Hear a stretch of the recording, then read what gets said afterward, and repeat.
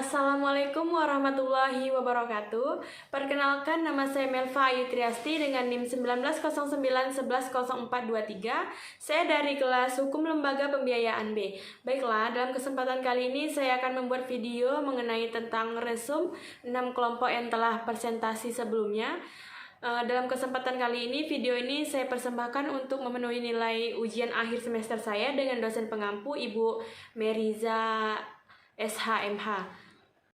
Baiklah, yang pertama saya akan membahas mengenai sewa guna usaha atau leasing. Sewa guna usaha atau leasing adalah suatu kegiatan pembiayaan di mana dalam bentuk penyediaan barang atau modal secara sewa guna usaha dengan hak opsi maupun sewa guna usaha tanpa hak opsi untuk digunakan oleh lisi dalam jangka waktu tertentu dengan pembayaran secara berkala. Para pihak dalam transaksi sewa guna usaha atau leasing ini, yang pertama itu ada lessor, yang kedua ada lisi, yang ketiga ada supplier, dan yang keempat itu ada bank atau kreditor. Baiklah, selanjutnya mengenai teknik pembiayaan dalam leasing ini ya. Jadi teknik pembiayaan dalam leasing ini ada dua teknik. Yang pertama, finance leasing, yaitu para pihak yang menyediakan modal atau menyediakan dana. Yang kedua ada operating leasing, yaitu lessor yang mengambil barang dan kemudian di-leasingkan.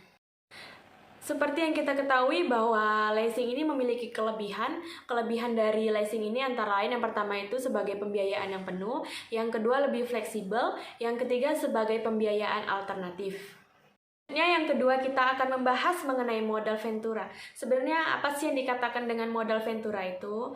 Jadi modal ventura itu adalah kegiatan pembiayaan di mana terdapat penyertaan modal ke dalam perusahaan swasta sebagai mitra usaha dalam jangka waktu tertentu. Adapun tujuan dari modal ventura ini, yang pertama, memperlancar mekanisme investasi dalam dan luar negeri, sedangkan yang kedua itu membantu perusahaan dalam mendapatkan modal untuk mengembangkan usahanya. Baik, di sisi lain, modal ventura ini memiliki beberapa manfaat, diantaranya likuidasi meningkat, yang selanjutnya itu ada rentabilitas yang baik, terus itu meningkatkan dan dapat mengembangkan usaha suatu perusahaan dengan penyertaan modal.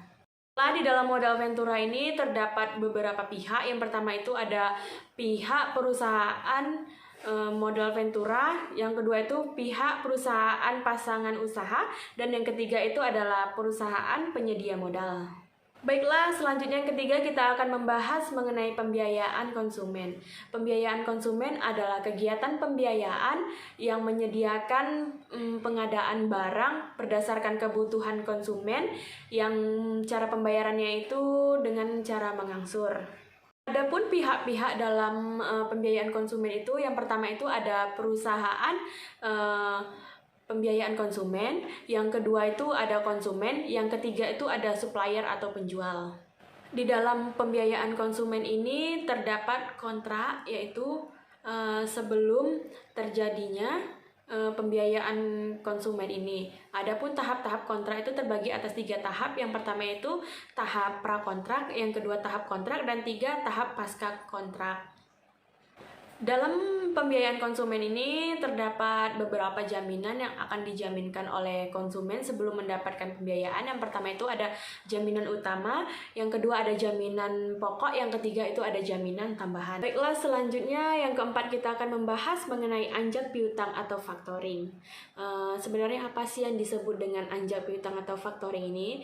Jadi anjak piutang atau factoring ini adalah suatu kegiatan pembiayaan jangka pendek dari pihak ketiga untuk penjualan piutangnya agar mendapatkan pencairan dari dana yang pernah dipinjam. Adapun manfaat dari anjak piutang atau factoring ini, yang pertama, pembayaran hutang lebih cepat daripada waktu jatuh tempo. Yang kedua, menambah dana perusahaan. Yang ketiga, dapat meningkatkan keuntungan atau laba. Jadi dalam ancak piutang atau factoring ini memiliki kelebihan dan kelemahan. Adapun kelebihan dari ancak piutang atau factoring ini dapat mengembangkan usaha dari klien ini melalui fasilitas yang disediakan dari ancak piutang. Sedangkan kelemahan yang kita dapat dari ancak piutang atau factoring ini, yang pertama itu ada pemborosan dana, yang kedua itu kurangnya profesional. Yang kelima kita akan membahas mengenai perusahaan kartu kredit. Jadi apa sih yang dikatakan dengan perusahaan kartu kredit itu?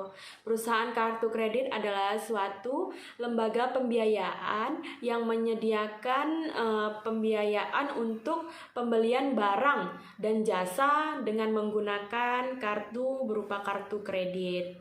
Di Indonesia itu sendiri ada beberapa perusahaan yang mengeluarkan kartu kredit, diantaranya ada dari Bank BCA, Bank Mandiri, Bank BRI, maupun Bank BNI. Nah, jadi di dalam perusahaan kartu kredit ini terdapat beberapa pihak. Yang pertama itu ada pihak penerbit atau bank, yang kedua itu pihak pengelola atau perantara, sedangkan yang ketiga itu ada pihak pemegang kartu kredit atau kita sebagai konsumen. Sedangkan yang keempat itu ada pedagang atau supplier. Nah, jadi dalam perusahaan kartu kredit ini pihak bank lah yang menentukan waktu maupun limit penggunaan kartu kredit kita berdasarkan kemampuan kita membayar kartu kredit tersebut. Nah, yang terakhir kita akan membahas mengenai otoritas jasa keuangan. Jadi, otoritas jasa keuangan itu biasa disingkat dengan OJK. Lahirnya otoritas jasa keuangan atau OJK di Indonesia ini dilatar belakangi oleh beberapa faktor. Yang pertama itu ada perkembangan industri pada sektor keuangan di Indonesia. Yang kedua, karena adanya permasalahan sektoral pada industri jasa keuangan. Yang ketiga itu yang melatar belakangi itu karena adanya keresahan terhadap Bank Indonesia, terhadap pengawasan bank-bank yang ada di Indonesia.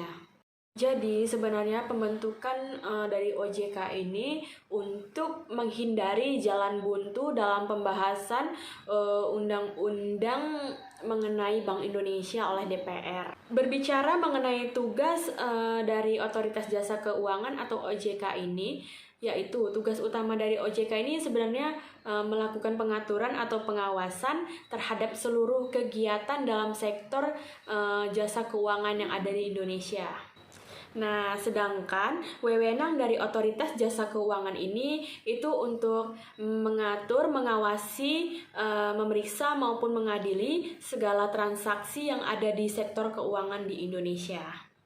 Baik, itulah tadi pemaparan ringkasan dari beberapa kelompok yang telah tampil pada beberapa pertemuan lalu.